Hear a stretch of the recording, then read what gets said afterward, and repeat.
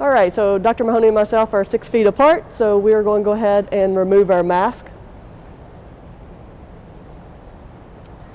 Hi, I'm Becky Allen. I'm the Enterprise Director of Radiology at UC Health. And I'm Mary Mahoney, and I'm the Department Chair for Radiology and the Chief of Imaging for UC Health. So for the social distancing and making sure that we are being responsible when we're returning our patients, the first thing that we decided to do is to, for our patient schedules, is to open up our schedules a little bit of the time frames. So when you're used to, if you have MRI, CT, and ultrasound patients that are coming in normally, we would do about 10 to 12 patients an hour. Now we are going to start with only about 4 patients an hour. So normally 2 MRIs an hour, up to 4 CTs an hour, and 2 to 4 ultrasounds an hour. We have converted that now to only doing 1 MRI patient, 2 CTs, and 1 ultrasound every hour. So we're reducing by 50% of the amount of people that are there each hour. That's going to help us on the social distancing and making sure that we're keeping our patients and our staff safe. The other piece, as far as cleaning, after a patient leaves the room, a technologist will escort them back out of the building. And then we have another technologist that are going around cleaning the machines, cleaning the prep rooms that the patients are in, cleaning the dressing rooms, and cleaning the chairs that the patient may be in. So registration and check-in is going to look a little different, especially in our outpatient facilities, as we start opening back up. So for next week, we're going to see that when a patient registers, the way that this is going to happen is that a patient will come into the parking lot, they will call a telephone number that we give them. They will be pre-registered over the phone.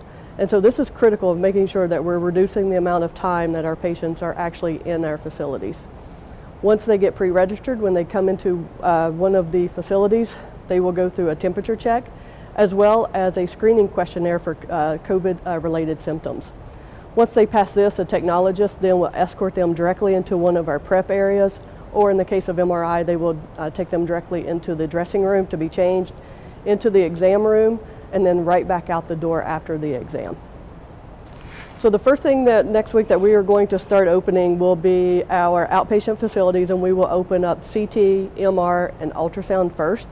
Those are some of our exams that we have a long backlog, so we want to make sure that we're getting our patients in as safely as possible. So we will open those up in our outpatients at Westchester North, at our Ridgeway facility, at UCGNI, our Varsity Village, and our Drake campus. We're working very hard to prioritize and get the most urgent cases in first.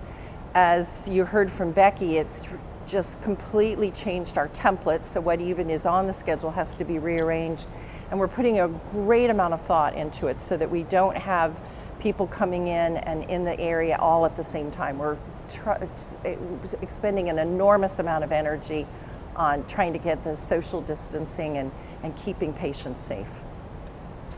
We've got it handled. We are all over this. The spacing is being built into the schedule. The reason that we're prolonging the exam periods is to give us time to completely clean the rooms before and in between each case, and we've got this handled. We are being as absolutely safe as we possibly can be, and I think that there shouldn't be too much worry on the part of patients.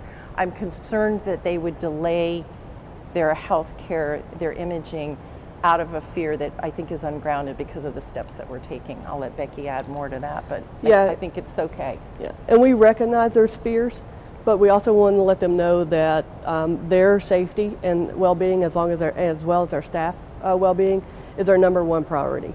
And so with the social distancing that we have in place with the schedules, also if you see our waiting rooms, we've reduced the capacity by 50%. So you may see the waiting rooms look a little different where we only have a couple of chairs spread apart. So your safety is our #1 priority, and we are following our CDC and our governor guidelines to make sure that we are returning as responsible as possible.